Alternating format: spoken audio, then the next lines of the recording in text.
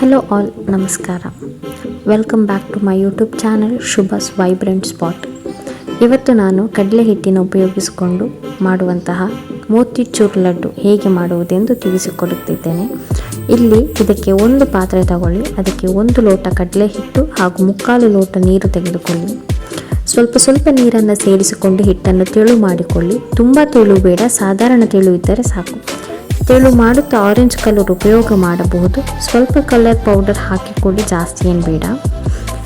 ಇನ್ನೊಂದು ಪಾತ್ರೆಯಲ್ಲಿ ತುಪ್ಪ ಹಾಕಿ ಅದು ಕಾಯುವ ತನಕ ನೋಡಿಕೊಂಡು, ಅದಾದ ನಂತರ ಒಂದು ಅನ್ನದ ಸ್ಪೂನ್ ಅಥವಾ ಅನ್ನದ ಸೆಡೆ, ಯಾವುದಾದ್ರೂ ಕಣ್ಣಿರುವಂಥ ಸ್ಪೂನ್ನ ಅಥವಾ ಪಾತ್ರನೂ ಆಗಬಹುದು, ತಗೊಂಡು ತುಪ್ಪದ ಬಾಣಲೆ ಮೇಲೆ ಹಿಡಿದು ಕಡಲೆ ಹಿಟ್ಟಿನ ಮಿಶ್ರಣವನ್ನು ಸ್ವಲ್ಪನೇ ಹಾಕ್ತಾ ಬರಬೇಕು ಅಥವಾ ಹೊಯ್ತಾ ಬರಬೇಕು. ಜಾಸ್ತಿ ಹಾಕಿದರೆ ಹೊರಗಡೆ ಹೋಗ್ತದೆ. ಹಾಗಾಗಿ ಸ್ವಲ್ಪನೇ ಹಾಕ್ಕೊಂಡು ಬಂದು 1-2 ನಿಮಿಷಗಳ ಕಾಲ ಫ್ರೈ ಮಾಡಿ ಹೊರಗೆ ತೆಗಿಬೇಕು. ಇದೇ ಥರ ಬಾಕಿ ಉಳಿದಂಥ ಮಿಶ್ರಣಗಳನ್ನು ಇದೇ ಥರ ಮಾಡಬೇಕು. ನೀವಿಲ್ಲಿ ಫ್ರೈ ಮಾಡಲಿಕ್ಕೆ ಎಣ್ಣೆ ಆದರೂ ಬಳಸ್ಕೋಬೋದು, ಏನು ತೊಂದರೆ ಇಲ್ಲ. ತುಪ್ಪ ಯೂಸ್ ಮಾಡಿಕೊಂಡ್ರೆ ಇನ್ನಷ್ಟು ಒಳ್ಳೆಯದು. ಹೆಲ್ದಿ ಫ್ಯಾಟ್ ಕೂಡ ಇರ್ತದೆ ಅದರಲ್ಲಿ, ನಮ್ಮ ಹೆಲ್ತಿಗೂ ಒಳ್ಳೆಯದು.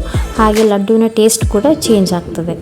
ಅಕಸ್ಮಾತ್ ನೀವು ಎಣ್ಣೆ ಬಳಸ್ಕೊಂಡಿದ್ದೀರಾ ಅಂತ ಹೇಳಿದರೆ ಲಡ್ಡು ಕಟ್ಕೋಬೇಕಾದ್ರೆ ನೀವು ತುಪ್ಪ ಹಾಕ್ಕೊಳ್ಬೇಕಾಗ್ತದೆ. ಇನ್ನೊಂದು ಪ್ಯಾನ್ ತಗೊಂಡು 1 ಲೋಟ ಕಡಲೆ ಹಿಟ್ಟಿಗೆ 1/4 ಲೋಟ ಸಕ್ಕರೆ ತಗೊಳ್ಬೇಕು. ನಾನು 1 ಲೋಟ ತಗೊಂಡಿದ್ದೇನೆ, ಬಿಕಾಸ್ ನಾವು ಸಕ್ಕರೆ ಶುಗರ್ ಸ್ವಲ್ಪ ಕಮ್ಮಿ. ಆಮೇಲೆ ಬೇಸನ್ ಏನು ಫ್ರೈ ಮಾಡ್ಕೊಂಡಿದ್ವಿ ಅದನ್ನು ಒಂದ್ಸಲ ಸೈಜ್ ಜಾಸ್ತಿ ಅಂತ ನಿಮಗೆ ಅನಿಸಿದ್ರೆ ಒಂದ್ಸಲ ಗ್ರೈಂಡ್ ಮಾಡ್ಕೊಬೋದು.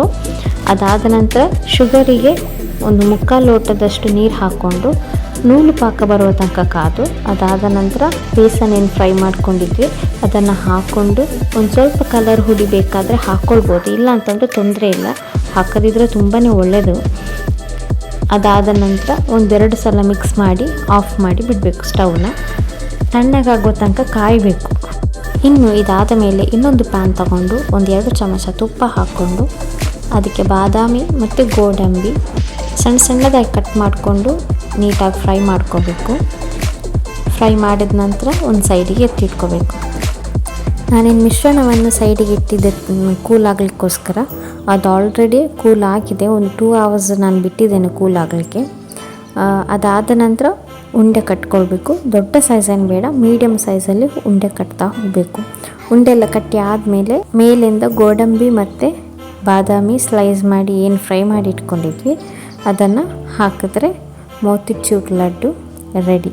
ತುಂಬ ಟೇಸ್ಟಿಯಾಗಿ, ತುಂಬ ಸಿಂಪಲ್ಲಾಗಿ ಹೇಗೆ ಮಾಡೋದು ಅಂತ ನಾನು ಹೇಳಿಕೊಟ್ಟಿದ್ದೇನೆ. Please like, share and subscribe to my YouTube channel.